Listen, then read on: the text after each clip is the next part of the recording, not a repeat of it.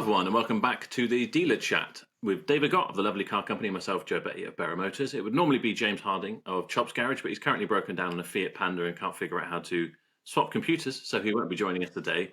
But luckily our guest is going to make up for it. We've got Rory Anderson, who is the owner of RS Car Sales, someone that is, I'm going to sound like a fanboy now, but ever since I heard Rory on Dave's podcast, he's been like my business crush. He's got that type of car sales business that I kind of aspire to. So I'll be looking forward to getting into this conversation, asking Rory loads of stuff that I've wanted to ask him for years, because it's probably been a few years since you were on Dave's podcast. Best person to tell us about it is yourself, Rory. So tell us about yourself, RS Car Sales, and how it's come about, your story. Well, if we start at the beginning with RS Car Sales, I think it's been going for about 12 years now. I'm sure I've said 10 years for the last 5 years, but it's been going for a good while, and you kind of lose track, don't you? But it started out, I had a small sort of car wash, car valeting business, and it was okay. It was never going to make you rich, but it was a business that it taught me how to employ people, taught me how to deal with staff, taught me how to deal with managing people to a degree, and as a byproduct of that, I used to get offered the odd car from someone, or they were taking their car to We Buy Any Car and having it valeted or selling it privately. And there was a couple of occasions where I just thought, that looks like a nice car, and I'll buy that. And I did that a couple of times, and then thought, this is something I could be interested in doing, and this is something I could get on board with. So ended up buying a couple of cars. Obviously had the ability to valet them, had somewhere to sort of store them and advertise them. Paid for private ads on AutoTrader, and it had a little dabble with it, but obviously wasn't getting offered loads of stock. I think I decided to try and then visit a car auction, and I went down to an auction somewhere. I think it was like Telford area called Wilson's, and I actually bought a copy of Parker's from a WH Smith and went around looking at the prices of cars and Parker's, thinking I knew exactly what I was doing, and looked at the price of Parker's, looked at the price the cars were going for, and I thought, how does anyone make any money at this? I thought this isn't going to work. So I started to look at Gumtree adverts and looked at buying like small first-time cars. As I think a lot of us start out, you think small first cars, there's not as much that can go wrong, and there's always going to be a demand for them. So literally started out just buying like Corsas, Fiestas, little small cars like that on Gumtree, and I think it's a good job I'm quite resilient, because on the first two cars I definitely lost money, didn't make a penny. I think one of them was an absolute like heap of shit. Probably needed scrapping, but I wasn't too bothered about the money. It was more just trying to learn a little bit, and I chalked it down to a learning experience. And after that, bought literally always Corsa C models, the 1.2 SXI. Used to end up taking little modifications off them that people had done, buying them on Gumtree, and just advertise them properly, sell them on AutoTrader, and probably making 500 quid a car, and thinking I was making big money and making a fortune and stuff like that. But it quickly, I didn't really take any of the money out. It quickly turned into one car, two cars, three cars, and before you know it, you're up and rolling. And next minute, you're looking at an AutoTrader package instead of those individual spot adverts. And I remember, we started to then like get the odd like bigger car, like Vectras and things like that, and realised that they came with like a part exchange, and first cars don't ever come with a part exchange, and actually first time buyers are really, really picky. They're saying sort of beggars can't be choosers, but they really were being incredibly picky. So we found like we were always like refurbing the alloys on them and making them mint to avoid people walking away.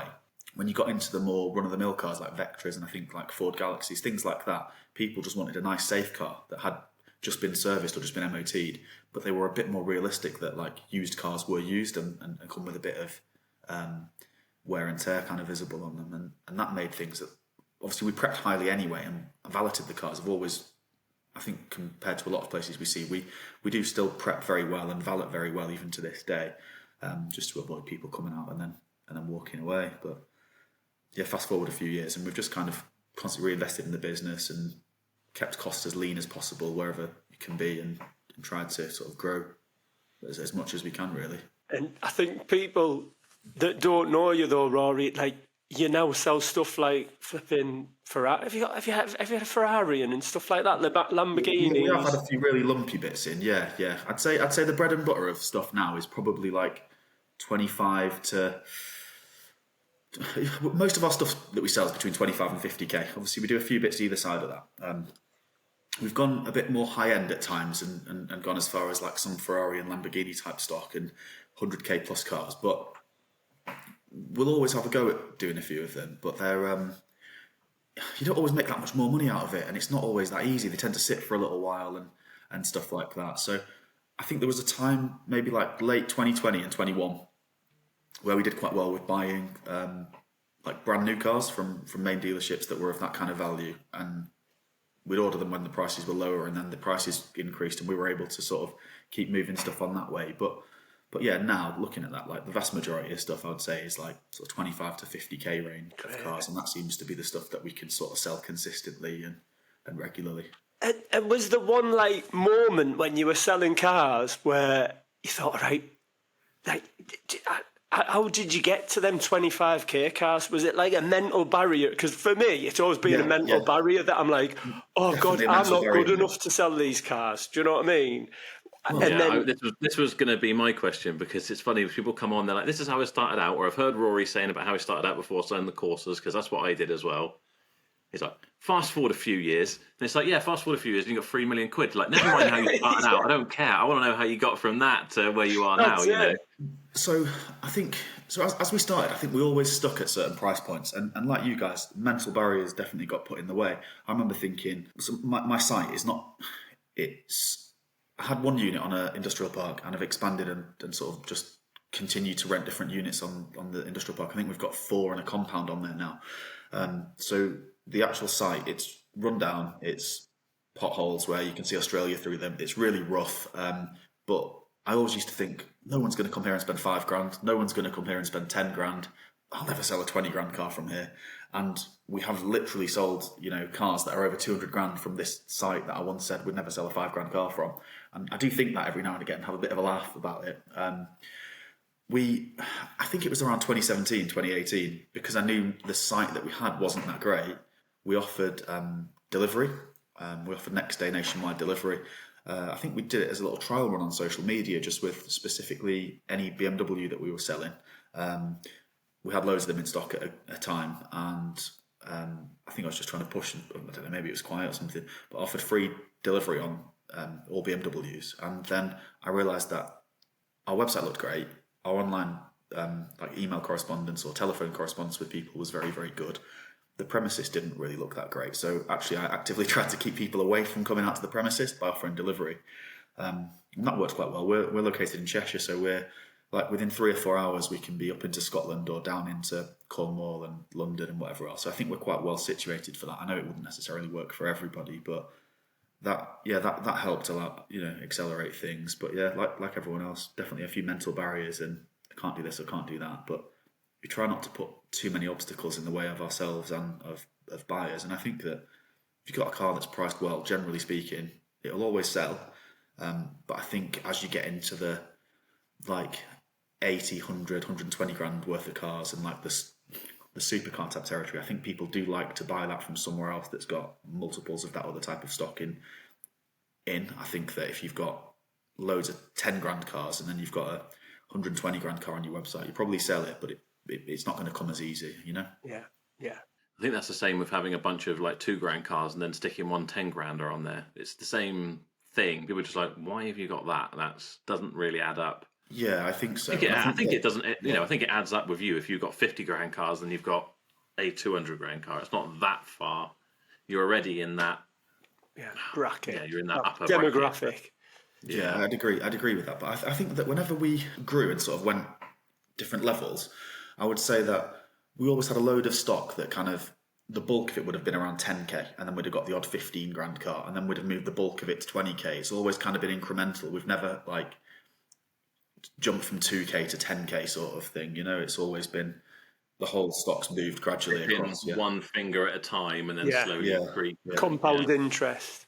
And I think we always had the view that as we moved into sort of slightly newer cars, potentially lower mileage cars, there'd be a bit less prep and less headache and less things going wrong. But total myth. That's so true, isn't it? Yeah. You just get different types of bollocks, don't you? The problem, they might not have as many problems, but the problems are more expensive anyway. So Yeah. Or you can't find them, or they have to make a dealer to fix them and stuff like that. Honestly, I think it doesn't matter if you're selling $2,000 cars or $200,000 cars in this job. There's thousands of parts on cars, aren't there? And you can check them, and they're great, and you can use it yourself. You sell it to someone that's 2 hours away, and something just goes wrong. It's the same shit, isn't it? No matter what sector you're in. Because I always remember in the beginning thinking, oh, if I just get to selling 10 grand cars, my life will be so much easier. There'll be half as many problems. The customers will be nicer. I'll get all these fine, and it's just not like that, is it? I think that customers can be demanding at any price point. It's and I think that whether they're spending $5,000 or $50,000, as soon as something goes wrong, I've spent a lot of money on this car. I've spent $50,000 on this car, or I've spent $10,000 on this car. Or you get the same thing at the same. It's like the same problems, just different brackets. Yeah, whatever the price point is, that's their sort of, I'm spending a lot of money on a car price point, isn't it? For some people, that 100 grand's a lot of money. For some people, 2 grand's a lot of money. Exactly. But it doesn't matter what they're spending. That's their big expense, isn't it? So yeah, you get the same sort of emotions and reactions. But, I don't know whether I've done you a service or a disservice, Rory, because every time someone's like, I don't think I can sell that sort. I'd love to sell that sort of car, but I can't sell it from where I want. I'm like, right, RS Car Sales. Let's show you. You know, like you look like you're in the back of a printing press somewhere. Great. Yeah, the site really is nothing great, and it's we've just always, I think, just tried to be sort of friendly and presentable and knowledgeable, and hopefully that comes across. But you definitely see people turn up who've like been on the website, and then they'll turn up to view a car, and you can see them like pulling in, not quite sure where to park their own car, and they're like, "Is this it? Where are we?" sort of thing. Like you do, and then you almost feel like you're on the back foot, and you have to win them round a touch as well. But we've always managed. I think that the kind of the view within the company, we make do with what we've got. You can't worry about what you've not got. You've just got to get on, haven't you? If you found, I think like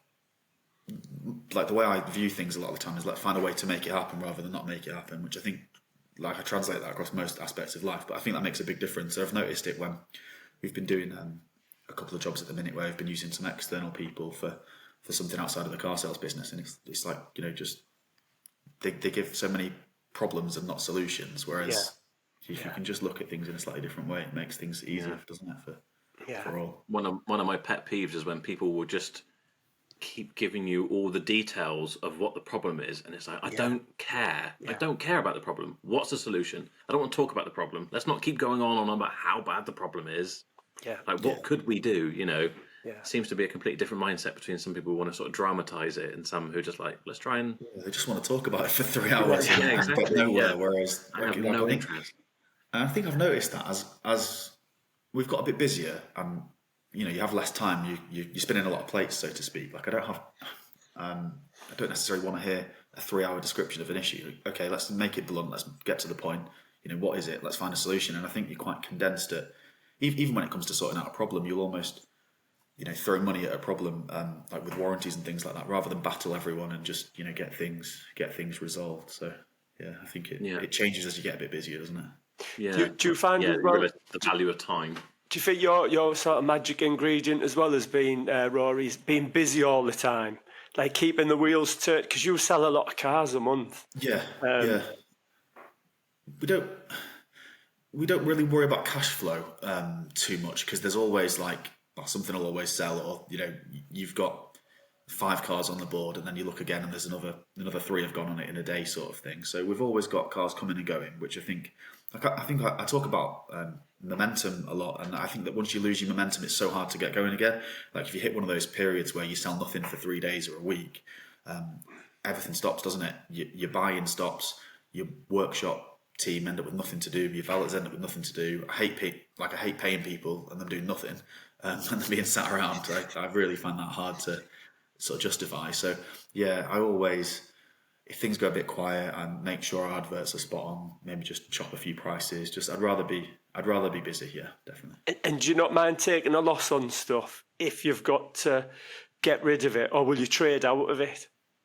I don't really trade out much, and I think taking a loss is quite a good question. I personally think one of the best lessons that you can learn quite early on in the motor trade is take a loss, get on with it, and get over it. And I try not to look at I don't know.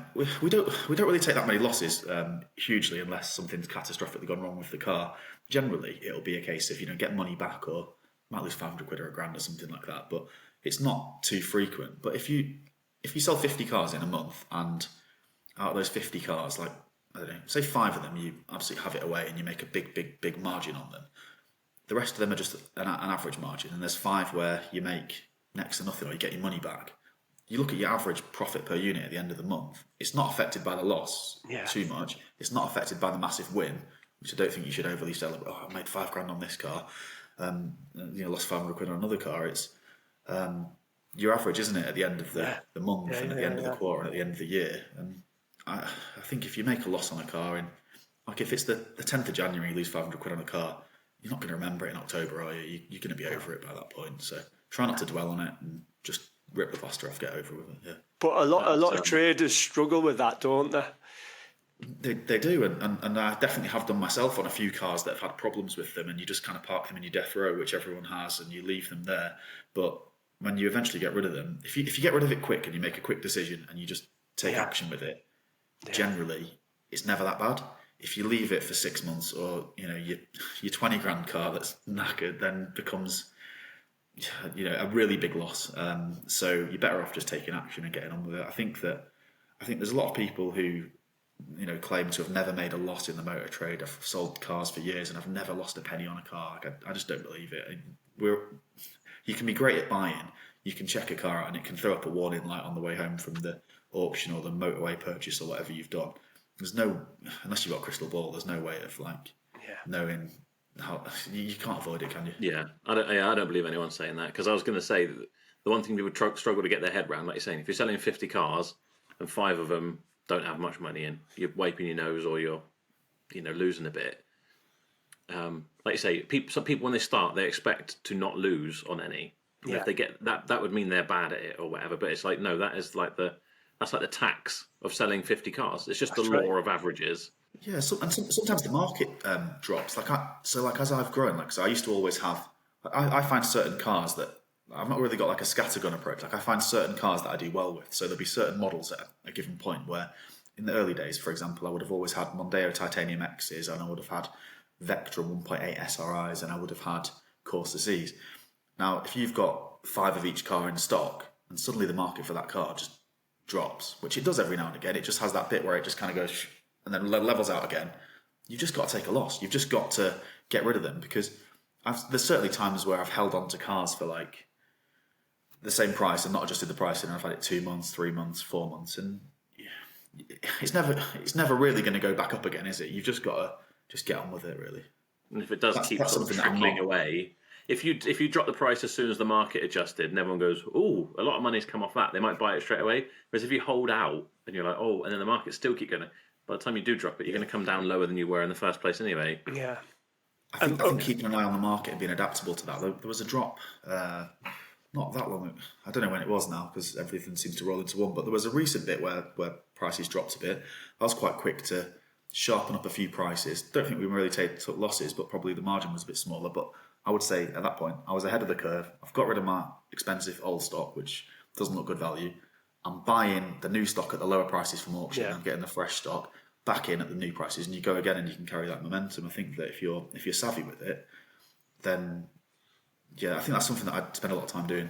I'm quite savvy with, like, I can spot the market dropping. I can spot when it goes a bit quiet. I'm quite quick to adapt. Quite quick to, just trial stuff and see if it works. And I think that definitely pays dividends, really. And I think as well, Rory, you're really good at sticking to like a certain brand of car.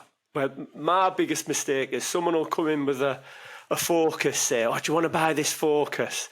And I think, oh, there's £2,000 margin in that, and I'll buy it. But I get the feeling that you turn that away, that Ford Focus, because you just stick to your sort of profile. Is that right? To a degree, we do try and stick to our profile, and the profile is fluid. It's not set in stone, and it will always change. And if there's money, if there's £2,000 across the car, we'll maybe give it a go.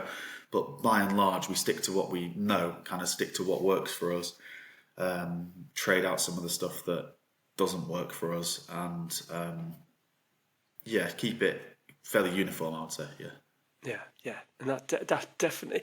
Does that help with your AutoTrader account as well, would you say? AutoTrader is the only paid-for advertising platform we use, so like it's expensive, but I think that's yes, like we have certain models of Mercedes, a certain model of BMW, and I think if someone's in the market for a month or two doing their research, they'll keep seeing us crop up, and they'll see that we've got the blacked out version of such and such car, and then they'll say like, "Oh, I've been looking for a little while, and I saw you had a few of them. I saw that they've sold." I think that does help. Yeah. We're not quite a specialist for a specific type of car, but it's probably we sell more of them than other places, so therefore we kind of get a bit more of a look in. Yeah. I'll just bring your website up again from like high to low or whatever. But yeah, you always got sort of specky stuff, the really nice examples of stuff. I don't imagine we'll go through our car sales website and find, a BMW 3 Series SE, will we?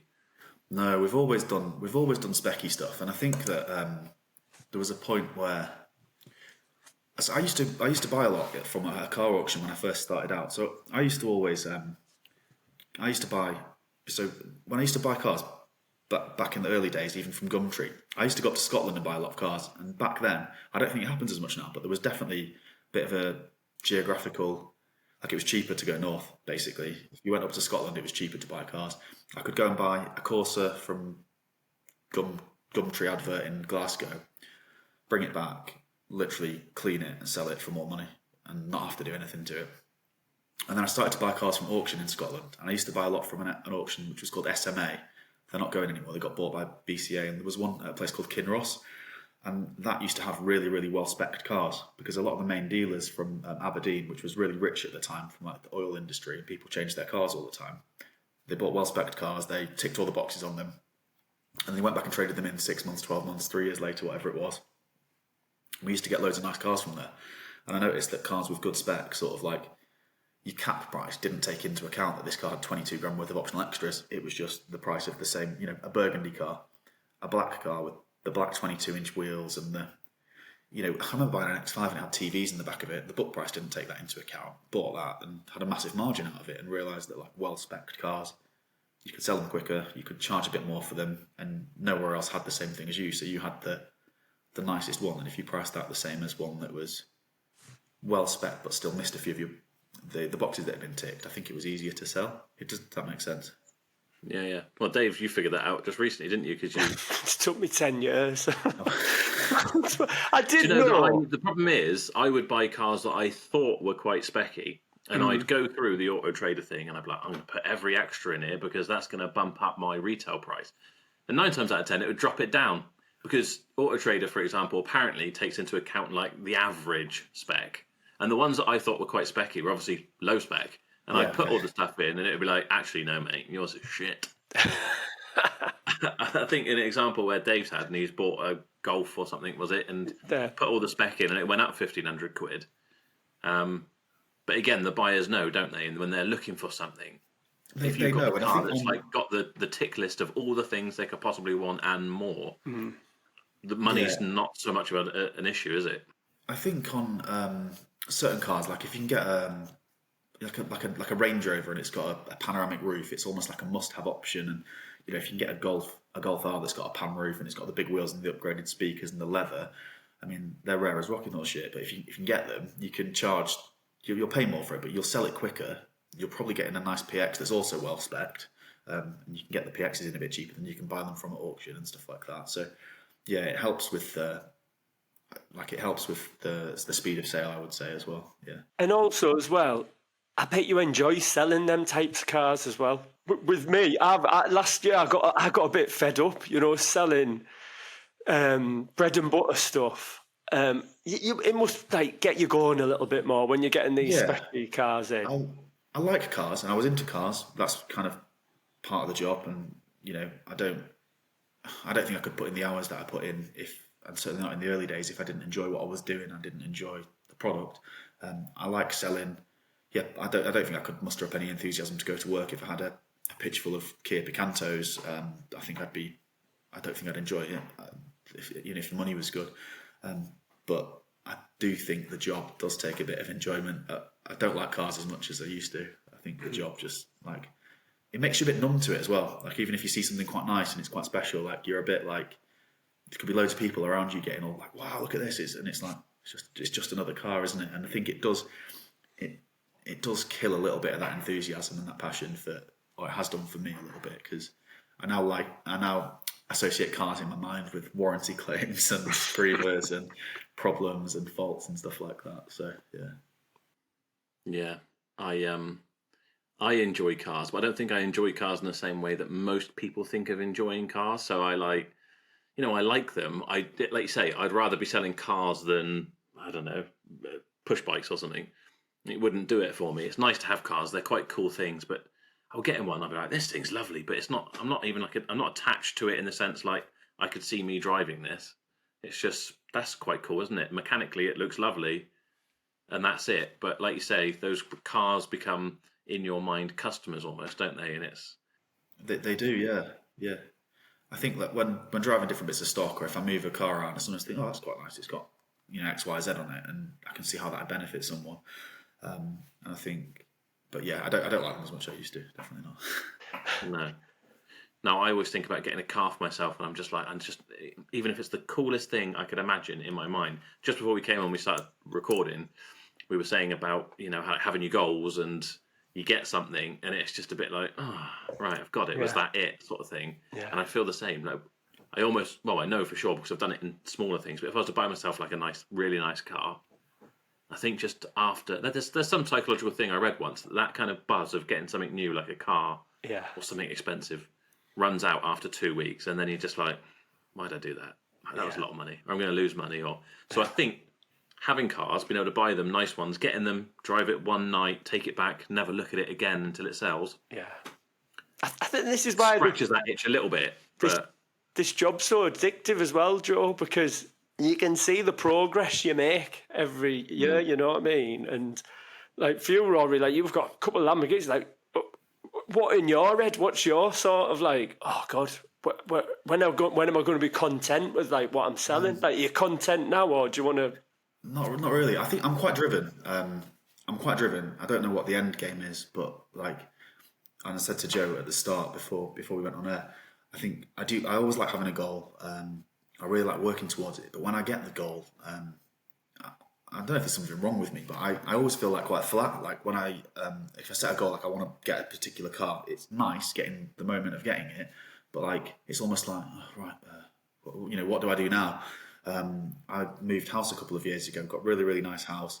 It felt like all the the work had kind of paid off a little bit, because it takes a long, long time to get to. It took a long time for it to start feeling like it was actually a viable and successful business. It felt like it took ages to grow, and then you got 2 or 3 years where it really went kind of crazy, and then it felt like all your 10 years of building the foundations paid off for a 3-year period.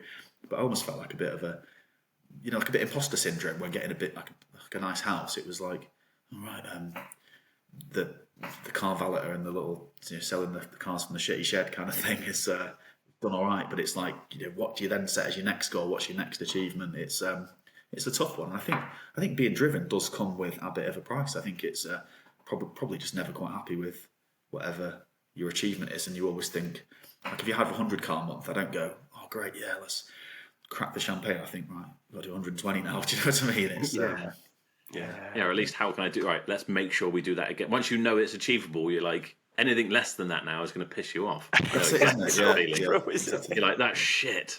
Like next month you'll do like 90, and you'll be like, fuck's sake. Yeah, or you make like £1 million in a year, and then the next year you make $500,000. You're like, oh, that's terrible. What a terrible year. Useless. Yeah. It's I don't know what it is. Like you say, we've talked about it before, and Rob, he was said the same sort of thing. It's like a gift and a curse, isn't it? Because it gets you there, but then it's not satisfying. But I guess the journey's, it's like that kind of really cliche. The journey is better than the destination. But you've got to be good at having like setting goals. So you need like your like midterm goals, don't you? Like if you say, I want to buy a Lamborghini for myself, like that's something that if depending on how how the business is going, that that's an achievable goal, and you're waiting on it and you're working towards it, and it's giving you that drive all the time.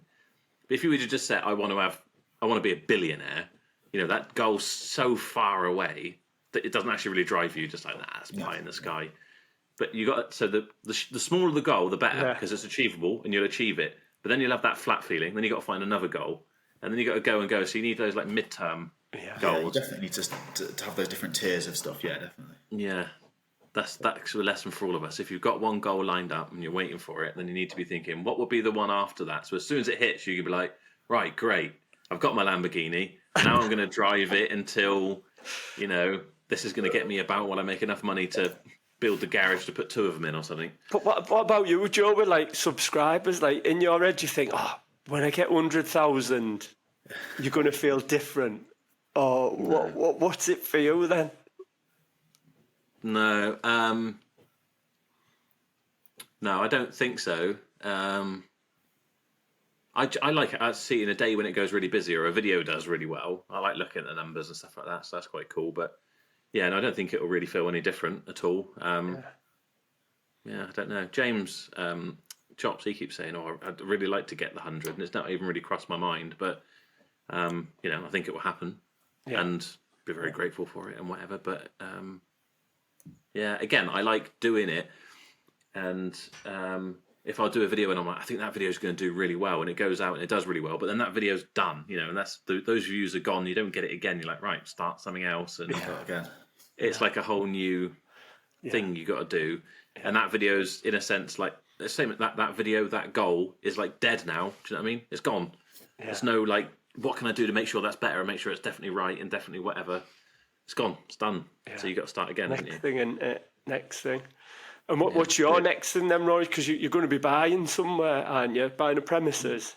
I bought somewhere about 18, no, probably nearly 2 years ago. Actually, it was December 2 years ago. So I bought somewhere, and I thought, we'll be in there in 3 months. And then there was planning permission and problems, and the simple jobs that I thought would be quick weren't. So I hugely underestimated it. But I bought a nice premises. It's a big yard, big warehouse, and it's nearly done. I think we'll genuinely be in there within a week or two now. It's took a lot longer. It's been a lot more expensive. It's been a lot more stressful.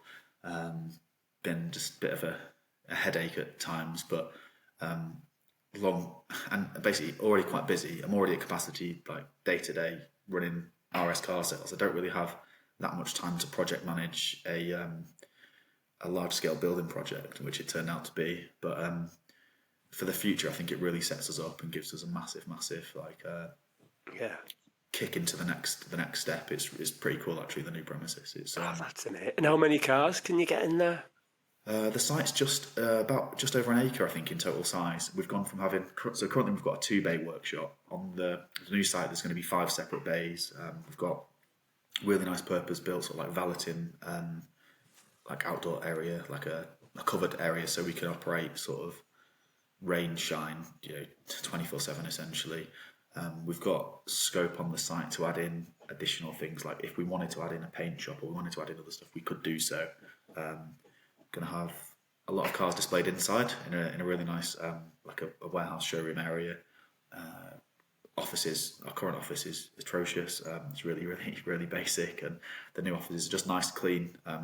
It's got toilets that flush. It's got a little kitchen area where you can go make a brew instead of having to do it on the side of your desk. But I think it allows a lot of growth and allows us to really grow into it. I think there should be space for at least 100 odd cars on there as well. So brilliant. Yeah, I don't think we're going to run out of space on there for a good while. Yeah. I think that should be exciting for you. That's amazing. Yeah, I think. But then again, I think we'll move in, and like I'm nervous about the disruption to the business. When's a good time to move? What do you do? Do you close for a couple of days and miss out on sales? Do you do it at night? Do you do it on? It's a tough one, isn't it? To balance it, but we're really close to the point where literally today someone's in there, sort of like putting some flat pack furniture together, and we could probably go and start working up there from next week. So yeah, it should be good. Start a convoy moving stuff over, and I wouldn't move your like telephones and online information and whatever until pretty much everything's moved over there. because you can still, if someone wants to come and see a car back at the place, you can still just. How close are you? I'm saying this; it could be an hour away, but No, it's like 5-10 minutes away. I think we're at a point where we're going to do all the workshop move this weekend, and then move some of the other bits and bobs, and then like you say, the sales, we can divert that calls to a mobile and just deal with a little bit of chaos for a week or two. We're kind of used to chaos. it's weird, isn't it? I'm quite excited for you. That's just like dream. Like I built a place, purpose for it, and whatever. It's going to be like a well-oiled machine now, isn't it? It's going to. Yeah, it should be really good, and we'll try and get some like good videos out of it once we're done. We've been sort of trying to document a little bit of like picture and video from when we bought it to where it is now. So it should be quite an exciting time when we can unveil it properly. But it was nice. We had to take a bit of money out of the business to buy the premises and then mortgage the premises. So that dents cash flow a little bit, and it feels like the last couple of years we've not, because like up until buying that premises, like our growth was just like year on year, it was just getting bigger and bigger and bigger, and we've not gone to shit the past couple of years, but it's definitely slowed things down a little bit. So really keen to get in there and just like 100% focus and just sort of like, I think it'll feel quite fresh. I think it'll feel a reset. I'm really keen to build on the existing team that we've got and make the team there really good, and really try and grow like the sales team as well, because that's something that we've probably. These are the things that, as I always say to everyone else, these are the things that will like turbocharge everything. It's the sacrifice, and it's taking money out from like, it's like, if I could put more money into stock right now, or do I do something that's like, it's like playing a game, isn't it? Funny enough, there's someone else I've talked to and he says like playing a game. You're like, do I keep collecting the money that I'm getting now, or do I cut that back a little bit, take some money out and invest in this thing, which is going to take a while, but when it comes in, it's going to be like turbocharging it. And same with everything, like you say, all the hours you've put in, stressing on top of RS, running RS, and then project managing everything else. The sacrifices, they always pay off. Yeah, definitely. Dealing with the tradespeople has been a challenge. Yeah. It's great when you're doing something like that, because you can be like, right, I need you to do this and do that, and you can leave it and go about your normal job, and you can swing in at the end of the day, and loads of stuff's happened, and that's really exciting. But when they do it wrong, or something's been lost in translation, or it's a nightmare. It made me realise though, sort of like dealing with like external companies and dealing with external people, being let down on a few occasions. It actually made me realise like what a good team I've got in RS car sales, and like how dependable they are, how reliable they are, and they just get on with it. The lads that work for me, they really are great. They just get on with the job in hand, and nothing's really ever a problem. There's never any messing. We've got a really good bunch of people, so it does make you appreciate that to a degree as well. So every cloud sort of thing. And so how many mechanics have you got working for you, Rory? So we've got 2 full-time techs at the minute. So we've only got 2 ramps in the workshop, but I think that we don't do any work for the general public. And into the new place, we'll probably start to do a bit of work for the general public, and maybe like a bit more of a specialist, like German type place where we'll look at some of the German brands, because we've got the diagnostic equipment for it and stuff like that. So I think there's plenty of opportunities to just bring in. Like, we're going to have one premises, we're going to have one mortgage payment on it instead of rent, which I want to pay off as quick as possible. So maybe just try and bring in cash from different avenues and different angles, and start doing more servicing, start doing more workshop jobs and things like that. Oh, that's amazing. I think you do well doing, from personal experience, having had a workshop doing stuff for the public, and now having stopped doing work for the public, that lean into the servicing and the air conditioning and checking cars over for people, and like the simpler stuff. Because if you get someone who's like, can you rebuild the engine on my M135i or something? And then you're like, because the next thing I want to ask you in a minute, like I say, I've got loads to ask you, is when it comes down to prep. But when customer stuff starts getting in the way, and it's a job that might make you, say it's an engine rebuild, might make you net $1,000 or something, I don't really know. Yeah. Versus a car that you might have $5,000 in, and it's being held up because that's there. You're like, I think that if we were to do general public work, it would be tyres, brakes, like MOT failure type stuff. I don't even think we'd want to get involved in clutches too much and stuff. It's just, stuff can go wrong, can't it? And it can be stuck on a ramp, and just I think we're on the same page.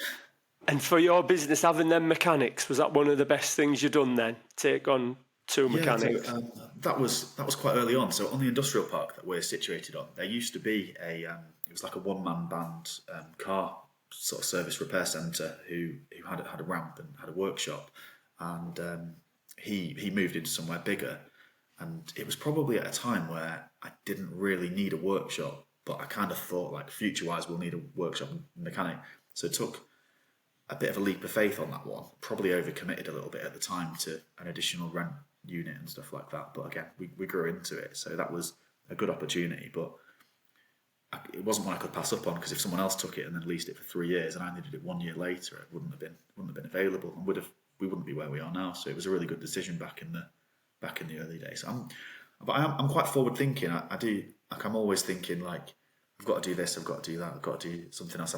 I don't look at the job that's right directly in front of me. I'm always looking a few steps ahead, and I think I've got quite a good, I think I'm quite a level head for stuff like that. I think that's quite something I'm quite good at. Yeah, it definitely helps. Yeah, have it.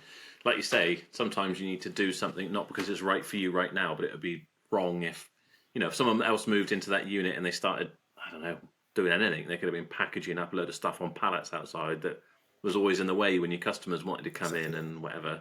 It would have just been a nightmare, wouldn't it? It would ruin things for you. Yeah. So, with that in mind, how many people are in the business in total then? You've got two mechanics? Two mechanics. Got one full-time photo and video guy.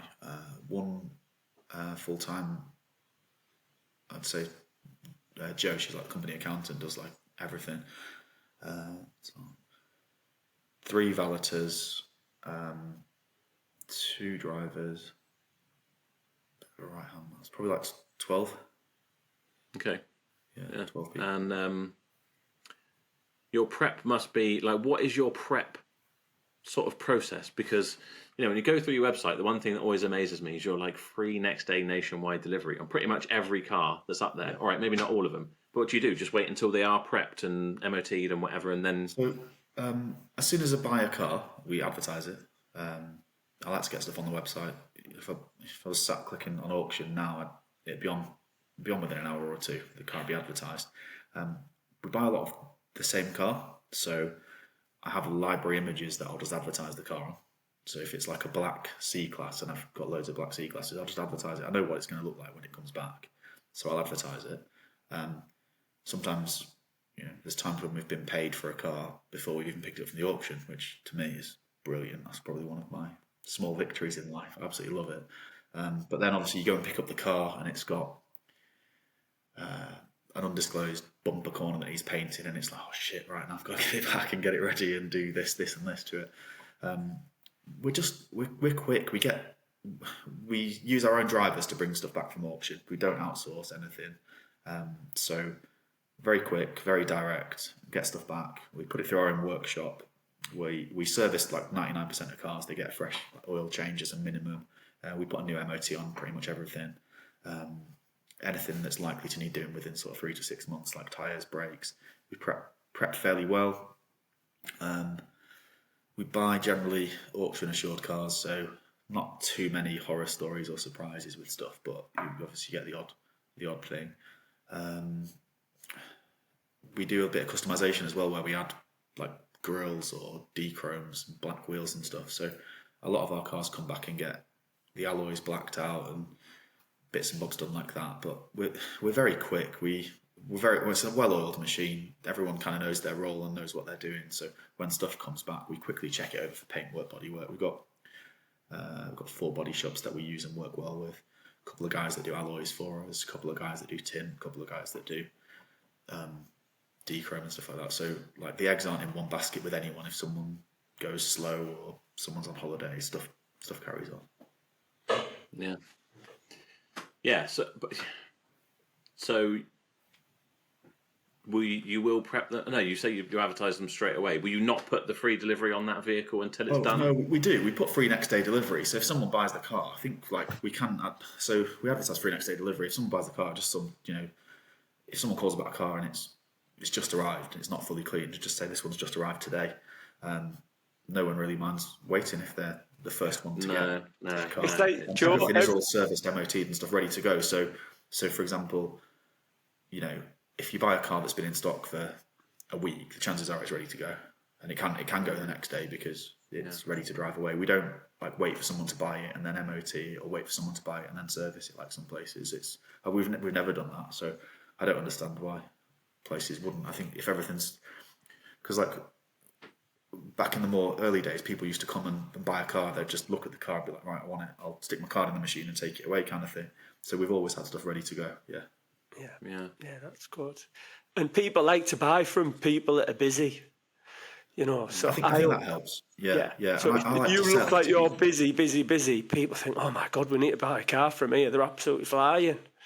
I guess they think you must be doing something right, but like I also hate if we take a deposit from someone on a Saturday and then they say they're going to come back the next Saturday.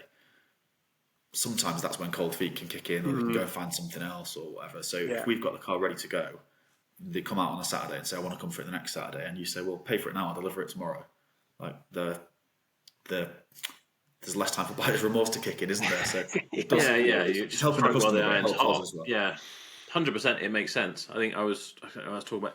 You get, like you say, exactly that. People will come in and they're a bit like impulsive, and they'll see your car and they want it, and if they're like, oh, is it ready to go? And we'll be like, oh, well, we need to MOT it and service it, and we'll get the wheels done for you and whatever. And we're like, give us a week.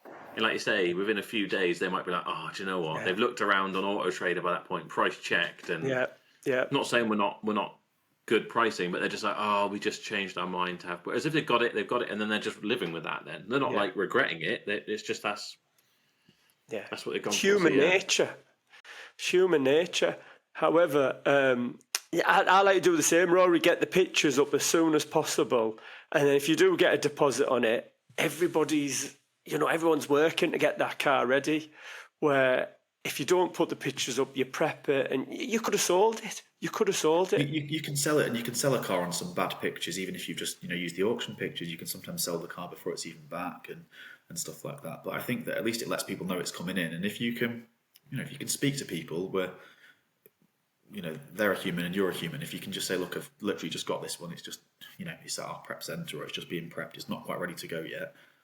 They're either going to say, well, I want one now, and there's nothing you can do, or, oh, great, okay, no problem, I'm happy to wait a couple of days. If you've kind of clearly explained to somebody what's going on, and you can articulate the point, I think that there's it's not something we really struggle with. So I think that a lot of places, when people sort of get in touch with us, they talk about bad service from other dealerships or other garages where people kind of promise the world and then don't do it. We're just quite we're quite honest. We're just quite transparent with people and just say, look, we've just bought it. It's not ready yet.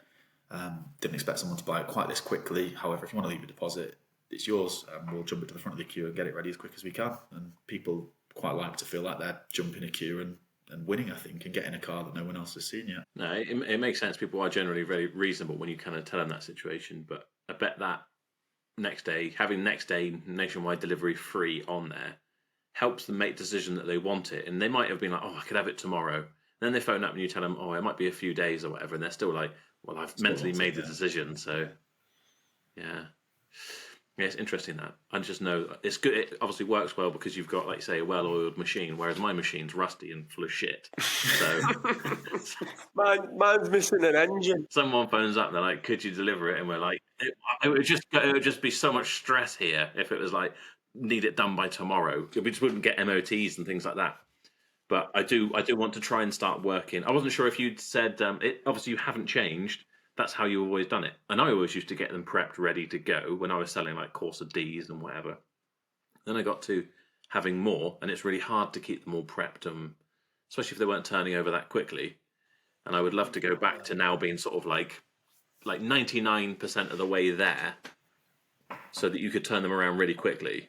Yeah, we've got a few good like there's an MOT station which is like you drop the car off and you can walk back to our place from it and stuff like that. So we've got a lot of stuff that's very local, a lot of companies that work very well with us, and like all the companies we partner with, like the body shops and stuff like that. If you call in a favour and say, look, this car's just come back, I've sold it, like there's one of them will turn it around quickly for you and stuff like that. So we try not to exploit that too much, but like if we call in a favour, we can usually get stuff done. But I think I hadn't have any main dealer background, and I remember thinking like quite a few of the practices that were just generally normal within the motor trade when first starting out. I kind of thought they were a bit weird. Like a lot of places, like I remember going to buy a car from someone myself, probably like in like 2008 or something like that. And I went to see it, and I just wanted to buy it there and then. And they were like, right, okay, so you need to MOT it and just do this and just do that. And if you want to come back in a week, I was like, I don't want to come back in a week. I want it now. And they were like, oh, well, it doesn't work like that. And I remember like thinking myself when I set it up, like why wouldn't I just have it ready to go? Why would I not do that? Do you know what I mean? So, because I say I don't have any. I've never worked in a main dealership. I've never worked in another car sales place. So I've just done things my way rather than the sort of widely acknowledged way. Yeah. No, I think it definitely makes sense. And I can see the cogs in your brain turning, Joe. yeah, I mean, it's exactly how I've always wanted to do it. It's just, and to be fair, we are now. It helps that if you're selling the sort of stuff like Rory is, and some of the sort of stuff that I'm trying to move towards now. It's desirable, isn't it? That's the difference. Like, desirable. It's like having a new iPhone. People want it. They want that iPhone. Where people are buying, I don't know, like more run of the mill stuff. That they will want to wait for it. But like say, the stuff Rory's got, it's like it's a desirable purchase that they can't wait to get their hands on. I think one of the other things as well, like we sell cars literally, like we sell like cars to Scotland, to London, quite far away. Like I think that if you sell like run of the mill stuff, that you're more likely to sell like within your local catchment area, like within the like 30-mile radius or something like that, where someone might be okay to come out, go away, and then come back again.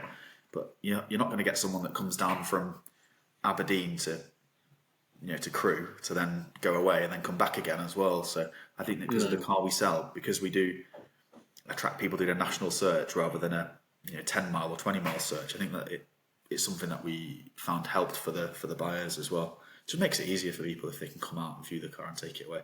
We do a lot of business. I think probably about 70% of the car sales that we do are unseen, where they have it delivered. It's crazy. That's amazing. Yeah. I mean, that's, to me, it's like an ideal thing. It's like mail order, isn't it? It's like you say, they don't have to come to the site. They don't have to do all that. Your lads go out and drop it off, and the money arrives. If you do some finance of it as well, even better.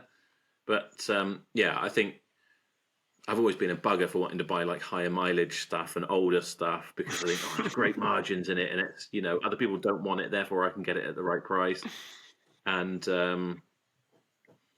but I'm trying to move away from that now and realise that we still can sell. In fact, I don't know, I've got this thing in my head, like the high mileage stuff is better value. And then if I buy something that's on like a 530D BMW on 40,000 miles, it's going to seem so expensive, no one will want it. And then someone just walks in, gives you the money, and it's just like, that was so easy. I didn't have to do any paint on it. The wheels were already in great condition because the person before loved it. And so I think the whole prepping thing is much easier, I guess, or is getting easier for me by having the nicer stuff. Yeah, it definitely does. It's attainable. We prep like I sometimes think we go overboard on the prep. Like nearly every car comes in and gets its alloys refurbed, even if it's pretty minor. But because we do a lot of delivery, it just saves the headache when you deliver it, and saves the complaining. Less opportunities for them to pick at something. Just one less thing, isn't it? Doing delivery as well.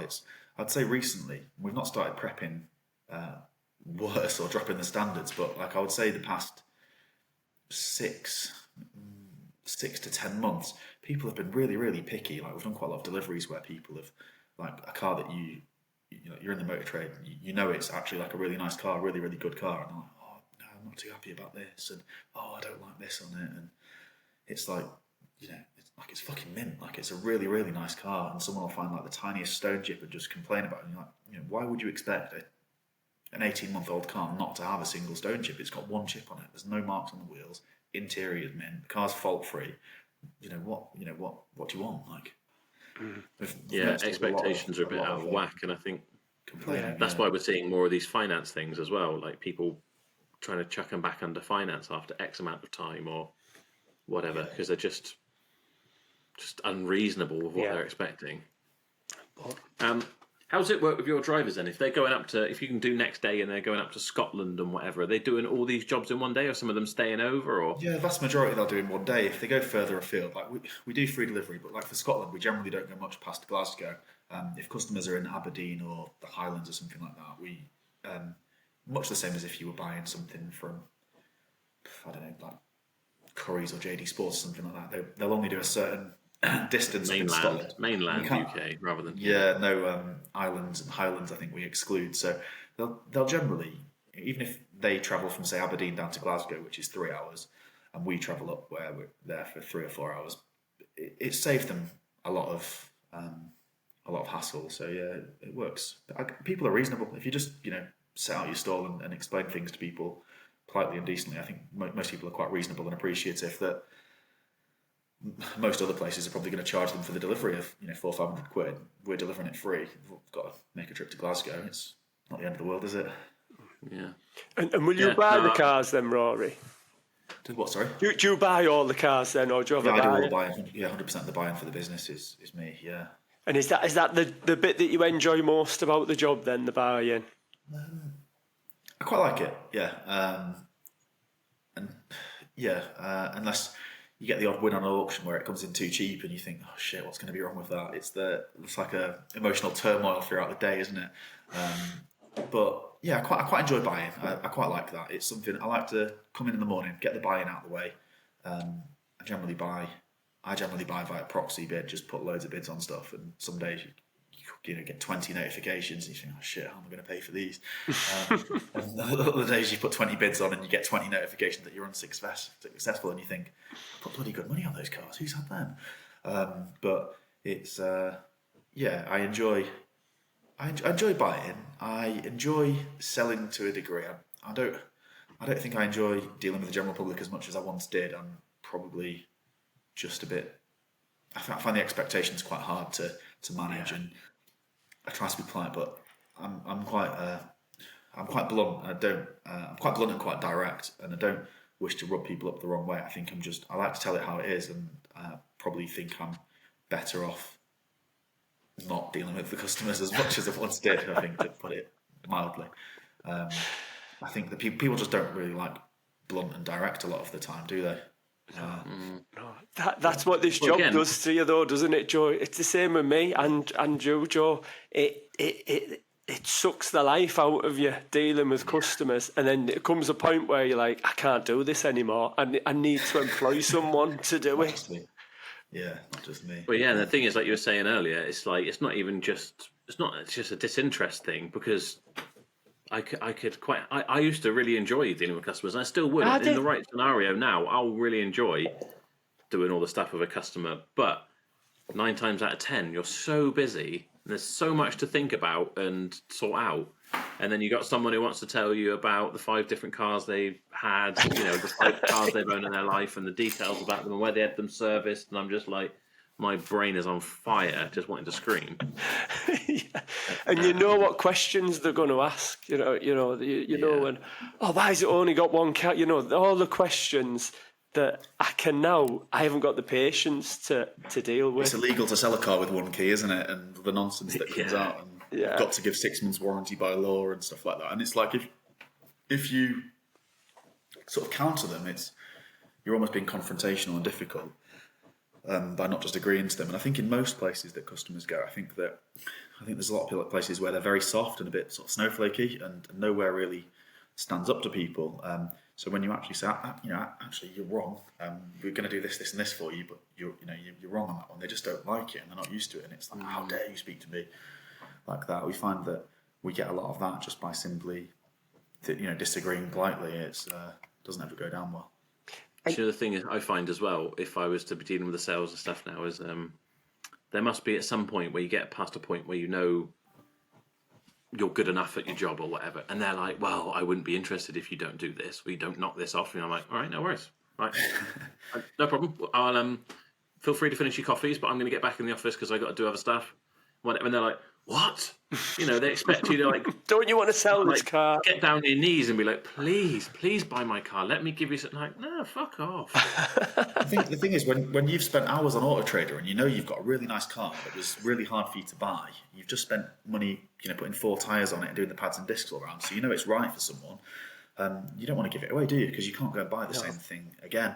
And I think in the early days, I was always keen for a deal and would knock a bit of money off. We don't move on the price of anything. Maybe maybe one car, 2 cars a month if they've been sat there a while, and if someone offers you, 500 quid off a car that you've had for 120 days, yeah, I'll take it. But if something's fresh, we don't ever, we've just priced it well. If they've called about it and they've called from a good distance, chances are it was because it was priced keenly. We don't have any admin fees. We don't have any hidden charges. We don't have any sort of like sneaky fees. We just sell nice cars to hopefully nice people at good prices, and we don't move on it and do that. They're going to charge you for using it. I know my slogan that. All of us selling nice cars to nice people. And it's Rory, just awesome though, isn't it?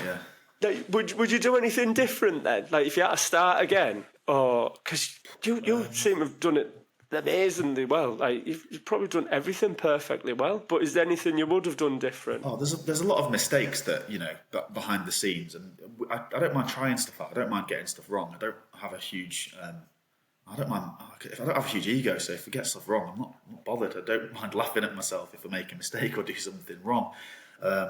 So if we were to start again, that's a good question. I think like if you lost it all and had to go again, in a month's time, I think I'd still stick with the motor trade. I know what I'm doing now. I think I'd do it largely the same. I think the best thing to do, and if it was, like, I don't mind giving advice to other dealers, but I always think just put as few obstacles in the way of your customer as possible. So just make it easy. Like make your, whether that be make your website easy to use or make the contact you have with your business easy. You have your car ready to drive away, make it easy. Just put as little obstacles in the way that can give someone a reason to say no or to, mentally just check out of your car and onto another car. Just make it easy for someone to buy from you. And I suppose that's the biggest mistake. But what is the biggest mistake that new dealers make then? Because I thought the biggest mistake we made was over prepping the cars too much. But what you're saying there is if you over prep it, you're going to have no obstacles. But then there's people starting out aren't selling what Rory's selling, so it's different, isn't it? Even in the early days though, we've always probably gone down the line of over prep. But then, have you over prepped if everyone that comes out to see your car buys it, or if you've got for every 5 viewings you sell to one of those 5 viewings, maybe you're not prepping well enough. So I think there's a balancing act, isn't there? And again, kind of like the selling point of the business, when I'm on the phone to somebody that's inquiring about a car, you come out, have a look at it, have a drive of it. It's very, very clean for its age and mileage. There's no big scuffs or scrapes on it. The alloys are unmarked. I can say that on all of our cars. So I don't have to think about it too much. I think that, you have got to prep well, but nowadays you can do a good video, can't you? And if you've got a car that's really nice, but it's if you've got a 2005 530D that's done 120,000 miles, it runs and drives nicely, and you've got it up for sale, you might not want to refurb the alloys. You might not want to paint a bumper corner. It's got a stack of history. You might want to just make a brutal video, show someone the car warts and all, and then they can make a decision to come out and see it, can't you? We've started to do, we have a video on the website for the cars, which is quite well polished and shows the car. But before we do deliveries, we've started to go out and do like a really brutal video where like we'll just like find a stone chip and do like, right, stone chip or mark on the alloy or tiny something, show the tyres. We're showing them the car warts and all really bluntly, and they all say it's fine. And it just saves us delivering the car and then someone inspecting the driving and then hearing it the same when you get the other end. Yeah, because it just saves the conversation at the other end, I think. But wouldn't do loads differently. I think I'd just try and build a good team and get some good people in and give them an opportunity to do the job. Sounds like team is probably been a big factor. You got the right people. So I've got some good people. So on that note, what's your hiring tips? What do you look for? Is it like attitude's way better than skills, or you want someone, if you got valeters, they need to have loads of experience, or what? Right. I have to say, I'm awful at hiring people because if someone, I'm quite optimistic. So if someone comes in for a chat, I'll just basically be like, I don't know, have a brief conversation with them or an interview, ask them a few questions, and then afterwards I'm like, oh, he's sounding, isn't he? Yeah. We'll start tomorrow. That's what I'm like. 2 weeks later, I'm like, yeah, I'll give them an opportunity. I'll show them the way, and I'll help them grow, and they can grow into this. I'm very optimistic with it, and I think because I think if I was working somewhere, I would want to do a good job. I'd want to progress. So, but not everyone thinks like that. So then I'll end up 2 weeks later with someone like, have you seen so and so that we hired? And he's like, oh yeah, he's been on a bender for 3 days. He's not turned up or something like that. It's like, oh right, okay, I'm a terrible judge of character then. I think that like I think I know like you meant to. Is it hire slow, fire fast or something like that? Yeah. But like, yeah, I'm not that good at it. Probably that's an area I could do with help in, to be honest with you. We're trying to advertise. Okay. We're trying to find a salesperson at the minute, and that's proven to be quite challenging. So, yeah. Yeah. Fair enough. Yeah, it's probably the same. You just, you get people in, and like if you get a good vibe from them, you might have like 5 people lined up to come in. The first one comes like, yeah, they're sound. Let's get them in. Yeah. It is. So true. It feels awkward carrying. You don't want to have to do the whole see 5 people and then call 4 of them back and say no, and it's just they sound all But right. do you say when you say, "Mum, sorry, the job's because it's really hard to let people down." That's what I'm terrible at doing. I hate ringing I'm them a back. coward. I'll try and send it by email or something. Yeah. It's so like at the minute we're going to have to interview for people, but I'm going to deliberately like interview even a couple of the candidates who maybe like don't look that great. I'm going to try and have like for the next sales job maybe like interview like 5 people or 8 people, and then maybe get them back for a second interview if I can shortlist it. I'm going to try and slow it down and not just be like, all right, you've sold a car before, great, you can have the job, start tomorrow sort of thing. Like I need to like try a lot harder to get that right. Do you think it could be something like I don't know about you guys, but for me, I don't really have any like great skills. I was trained as a plumber or whatever, but I was one of those people that would turn my hand to anything, and I felt like if I've got to learn how to clean a car, I'll learn how to clean it. I've got to sell a car, I'll learn how to do it. And I want to tile a house, I'm going to learn how to tile a bathroom, and I will do it. And people come in, they're like, yeah, I really want to give this a go, and you just assume they've got that ability. Yeah. To be like, I'll do that, and it's an amazing amount of people that don't. Yeah. Because I've got give no them a pen like and they're using it upside down or something. It's just I've got no GCSEs or anything, Joe. I've got all like D's and E's. And just my dad always taught us just go out there and just flipping get the work where he was a big believer in go out and ask for work, and that's why I love it when people come to me and they'll say, oh look, we've seen your YouTube video, like Ali who buys cars for us. He's just come in and he was like, I am the man for you. You need me to work for me. And same with James, the salesman. He was like, oh, God, I love everything you're about. Like, I love stuff like that. I don't want to see people's CV where they're like, oh, we've worked here, we've worked there and all this. You want people who are like right passionate about your bit and they share your enthusiasm. Because then when you do achieve stuff, you are actually achieving it all together. And it's you need your team bought into your business, don't you? You need them to be like invested and go all in with you, and like you're kind of like you're on a mission to like grow your company to a certain point. You need the people that are working for you to. They're not going to have the exact same passion as you, but you need them to at least give it like 90% whilst they're there and be on board with it and stuff. And like you guys, I'm quite not really got any particularly great achievements. Very middle of the pack at school. Wasn't like amazing at any particular sport or has a particular skill or talent. Quite good at selling cars. It's probably the one thing I've actually turned out to be all right at. But everything else pretty mediocre. Not particularly academic. I think I did GCSEs, but didn't do anything beyond that. Dossed around a couple of jobs, and I never minded working. I always had a bit of a work ethic, but just never quite knew what it was that I wanted to do, and then just went like all in on the car sales business. And hard work paid off. Like literally hard. Like it was hard work. It was boring work. There was lots of leg work, but I didn't mind putting in loads and loads of hours to do it because I quite enjoyed seeing the outcome directly. And like I find it frustrating that we'll kind of give the opportunity to people to come in maybe with no experience, but like they're the right candidate for the job. And like you say, David, when someone comes in that displays a bit of enthusiasm or talks keenly, that for me counts for more than maybe the CV. But I need them to almost like eat, sleep and breathe it for a few months so that they can really get on board and get behind it. And then you give them that chance. It's a difficult one to get right, I think. It's surprising how many people are out there who just seem to know the right things to say.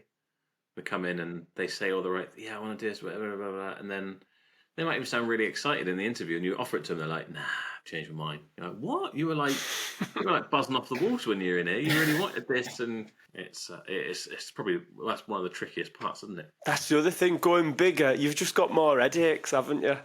And then what about when you've got the wrong people in? Then you've got to go through the Yeah. getting rid of them. And Yeah, it's tough. It is tough. I've had a couple of people that are just not right for the job, but they generally tend to. I think people can only pretend for so long. We had a couple of people in who were actually quite good at their individual jobs, but like they were a bit just very negative, and just everything will always you could almost. I don't know if you've ever been in that position, but you got a member of staff that comes in. You can tell from their face like there's something a bit wrong with them, and you say, "Everything okay? You all right today? You want a quick chat?" Oh no, I'm fine. Yeah, everything's great. And then the next minute you walk down to the workshop, and the workshop guys are like, "Oh, so and so is like really unhappy. He's really pissed off. He's really miserable with everything." And it's like, if you don't speak, we can't help you. If we don't know there's a problem, we can't do anything about it. And then I find like people like that just tend to sort of meddle in everyone else's stuff, and it's like literally one negative person within a business of 10 or 12 people can really bring the general atmosphere down and the mood down. And we had one person in that was constantly sort of like smiling and nice to your face, but would kind of be telling everyone else in the business how shit it was and trying to get them to leave, and it felt like someone was trying to sink your ship from within. And it's just like, it's quite horrible because I'm quite generous with the staff. I think I pay quite fairly and pay well. I give them a few additional perks. I'm quite I think I'm quite a nice employer. I ask a lot. Like, I have high standards, and I expect people to do what they're paid to do. But I don't think I'm too bad to work for. But yeah, it's frustrating when you get a bit of a bad apple, I think. I know exactly what you're talking about. Funny enough, without saying too much, but yeah, I know exactly what you mean about. And I learned a new phrase the other day, and it's been stuck in my head ever since. It was a vibe sniper. It's like the last thing you need in your business is a vibe sniper. And I was like, yeah, I know that feeling. Yeah, like a name will come to mind. Yeah. So tricky, especially if they're capable and are great at some time. A lot of the time. Other times, if you walk in, you're just like, oh, today's going to be a bad day. You can just tell. You can just look at someone's face and you just think, yeah, that's so true. Yeah. But so, yeah, it'd be interesting to see when you move into your new place next month. I'm really looking forward to seeing it. I did see a little sneak peek probably on your Facebook story, I think. Yeah, it looked pretty impressive. Sneak peeks, yeah. Yeah. What? Come on, tell us what kind of investment are we talking about for a place like that? Then, where you are. I think when we bought the place, so it was December 24. It was December 22. We bought it, and the actual place that we purchased was 750k plus VAT. But I've had it revalued recently, and it's gone up. It's now valued at 950 plus VAT, and it's like bricks and mortar, isn't it? You're not going to go wrong. So it does feel like all of the investment and the expenditure that's gone on it has been worthwhile. One of the things that I'd quite like to do would be, which doesn't seem to be that easy actually, would be, because like I've took out, say, I don't know, just for argument's sake, I say I've took out 500k of like liquid cash capital to go into the premises or to go into like investment. It's kind of in there, and it's in there as bricks and mortar, and most of the way of getting funding in this business and growth seems to be from stock funding, like your Next Gears and your finance companies and stuff like that. But it'd be really nice if somewhere would like loan you just like a lump sum of cash, like a cash loan against like the equity that's in the property and stuff like that. But I've had a brief look someone into might. I tell you what I'd do is, I went on someone else's podcast once and I said the same sort of thing, and his Dave knows him, he's been on twice with that James Sinclair. And his thing is like, he hates stock funding. I think he had a mate who had a lot of stock funding and ended up taking his own life, probably because of the pressures of it. Although it's got to be more than just the stock funding, because it's not great rates, but it's not that bad. Yeah, you can get these sort of other loans or whatever. He sent me the details of a guy, and I was sort of talking to him. It never went anywhere, but I'll send them on to you, and you can chat with him. And okay, cool. because there are people who will do that sort of thing. And it's better to have one kind of consolidated loan that's, as long as you know you're going to make use of it. That'd just be nice to be paying off something, because like with stock funding, like you borrow and you're paying the monthly fee on it, but it's never like if you've got £500,000 of funding, it's always next year's £500,000. 10 years time, It's you're never still going to have yours. £500,000 Yeah, because yeah, of yeah. Nice to funding. pay Yeah. 20 grand a month of loan, but you'd be paying it off and it'd eventually be your money one day, wouldn't it? So that's something that we'd like to do. And I thought that would be easier. I've had a brief look into it and tried to look at getting some of the money back, but it's not quite the same as, if you buy a residential house for 80 grand and you turn it into 120 grand, you can pull your equity out of it quite easily. It doesn't seem to be the same with a commercial property. Well, yeah, I mean, but again, going on what Matey Boy says, James Sinclair, he will say if you are an owner-occupier, which you will be by the time you move in, he reckons you can get, if your books look good, which I'm imagining yours look pretty decent, you can get 100% mortgage on a commercial place, as long as you're the person that's in there. So, You need to speak to him then. yeah, you need to go on the podcast, mate. Don't waste your time on here with us. He's the man to speak to. Yeah, I don't know, but I'll put you in touch with whoever it was. I'll dig out his email and I'll forward it on. But yeah, there's got to be options, especially by the time you're in there. And have you handed in your notice at your current place or? Not yet, but the current place that we have across the 4 units, we've got like people that we know who want to take on a couple of them. So Okay. it's not really going to be a big problem. Yeah, the landlord's quite flexible. He's been quite he's seen the business grow from when it was literally a car wash and into something, and I've always been paying rent to him for the last 12, 15 years, however long I've actually been there. He's actually, I think he's a bit quite proud to have seen where our stars kind of started from. I think he actually likes me to a degree, as much as he's a very tight landlord, but I think he does like the fact that it's a bit of a success and a nice thing to see. He was actually quite helpful in finding a new place. He's quite clued up on legal aspects and things like that. So he gave quite a few pointers and stuff like that. So he's actually decent enough. Was it? How long were you looking for a place? Because that is the thing that I find. And was it difficult getting the mortgage, Rory? Was that hard? Or? It was a bit difficult because so I think I looked on and off for I've always probably, I guess you're probably in the same boat, where I've always had a bit of a look now and again, and I looked at buying 2 or 3 places before this, and a couple of things went wrong. And there was another place I looked at which I very nearly signed for, which would have been a rented place because it was bigger and we were running out of space, and it was a big site. And I think the day I was due to sign the lease for that, the place that I actually ended up buying came up, and I knew someone that worked for the guy that was selling the building. So I just bypassed the estate agents and got in touch, and it seemed to work out quite well on the place we actually bought. But I think I've been looking for about maybe 3 or 4 years on and off trying to find something. In terms of getting the mortgage, I think so. Our primary business bank is with HSBC, and I think we approached them directly for a mortgage, and they just said no. If we asked them for a bloody overdraft, it'd be no. It just seems like nowhere wants to lend to the motor trade, and everyone kind of hates the motor trade, even if you've been going for years and you're reputable and profitable and stuff. So we used an independent mortgage broker, finance guy, who was very good, and he ended up getting us a mortgage through HSBC. Really? Yeah. Yeah. Make of that. But again, funny enough, that's what this James Sinclair guy, some of the stuff I feel like sometimes he's just talking guff. All these people who are like, I'm a business expert, I'm always a bit like, but he does say that. He does say that he uses a broker every time because they know the right person to speak to in the bank and they will get the deal. Yeah. I think they have different teams and different access to different people. Yeah. And it's even like some of our own finance brokers that we use in the job. Some are better than others, and some go that little bit extra to not just take the computer says no response and try and overturn it. So yeah, you need someone to work for you on it, don't you, that says the right things. But it wasn't too hard because the business was profitable and we had the cash there and stuff like that at the time. So it wasn't too bad. Yeah, no, it's what was I going to say?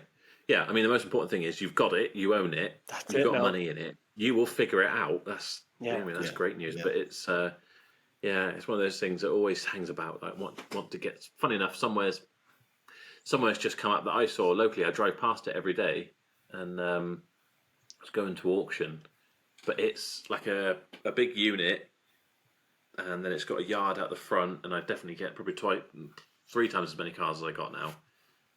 But it is. I thought it might have been the whole site, which the whole site used to be a car sales place, but now it's got like a hand car wash on the front.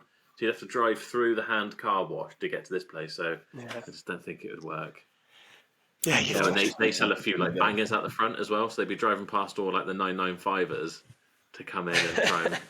It's always waiting for that right one to come up, though, isn't it? You know, it's like the garage I was looking at. They wanted 700 grand, but looking that now you've paid 750 for something that can fit 100 cars. You know, I think maybe I dodged a bullet not getting that. And then there was another site that come up for $1 million, and then that's too far out of reach. But that would have been perfect for me. But you could have got bloody 200 cars on there.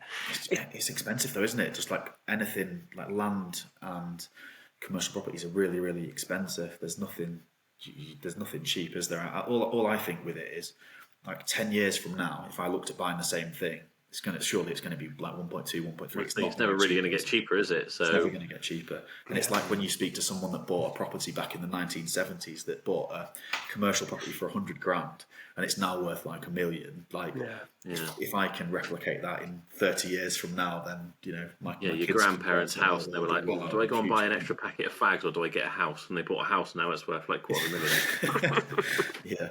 It's crazy. Yeah. All right, well, we are knocking on for time, so I better let you get back to it. I know you're a busy man. Joe, can I just ask one last thing? Go on. Do you still sell Land Rovers, Rory? Not many. I see one. Not many. Yeah. We've got... we'll do a few that have got warranty on them. None of the 2-litre ones, not touching them. The Ingenium engine we don't touch. Been burned a few times. Oh God, I've got we've one. Got quite a big list of like do not sell, do not buy. Like it seems to be ever growing of cars that just That's the problem, isn't it? Because everything's got their problems. So I think if you're going to sell, it is tricky. Yeah, I mean, I've had problems with the Ingeniums. I told Dave to keep his. I mean, I would happily buy that off you, Dave, your 2-litre Ingenium F-Pace thing, but I think everything's got risks. So, but then I do feel like I am very cavalier. I probably should be trying to minimise my risk because I can't moan at the end of the month. We didn't do very well this month. We sold a nice amount of cars, but I just had a load of warranty stuff because of stupid shit I'm selling. I think the problem with Land Rover is, and like the F-Paces and stuff like that, there's big margin in them and people want them. They're not a problem to sell. It's just keeping them out the door, isn't it? But like I think with those Ingenium engines, I'm optimistic and I thought, they can't all be shit. But like I think I've had like 3 or 4 that have needed like full time and changing engines and stuff like that. So they have all been shit. Yeah, all of mine have needed DPF so far at like $1,000 a pop. So yeah, it's probably like the worst production engine ever fitted to a car. That somehow was. Yeah, it seems like all the engines are getting worse. The more they want to make them more efficient and choked up with filters and EGRs, and the more crap they put on them, the crappier these engines are getting. Yeah. Well, like you've got a manufacturer warranty for 3 years. I mean, we've got a 21-plate Mercedes A-Class at the minute, which needs a full engine. It's a 21-plate car. You think getting into newer cars should be safer. It's done like 20,000 miles. Like why that needs an engine is beyond any of us, but it does. And just stuff goes wrong. I think it's just part and parcel of the job. You've just got to not dwell on it and take your risk, take your profit, and hope for the best, haven't you? Try and avoid them. Unlike me, who just keeps buying them left, right, and centre. We'll see how you get on with it, Dave. You'll be fine. Can't be any worse than the minis you sell. Exactly. I'm used to it now, so bugger it. I'm selling it. And the worst thing is, it like you say, Roy, they get so much. Why do people want cars that break? All the ones that bugger up are the ones everyone like this. We've had inquiries about this Jaguar already. It's so annoying. Have you got a problem with it? No, it's fine, but I'm just shitting myself when I sell it. There's nothing you can do, is there? You just got to hope that it doesn't break. Yeah. Put a good warranty on it. Yeah. There we are. Right, where can everyone find you, Rory? You said you're going to do some video stuff. Are you going to be? Is that on Instagram? RS Car Sales, Facebook and Instagram. Yeah, RS Car Sales Cheshire. Yeah. I do enjoy your little this week at RS. When they Bit come of a up with the background reels. just to show that we're real people selling real stuff. Yeah, behind the scenes. No, I enjoy them. No, I really appreciate you coming on, mate. And there's probably a million things I didn't remember to ask you, but it was good picking your brains. And I look forward to seeing this new site and where you go to next. Yeah. Good. It's been a pleasure. Yeah. Cheers, Rory. Thanks, mate. Take care. Bye.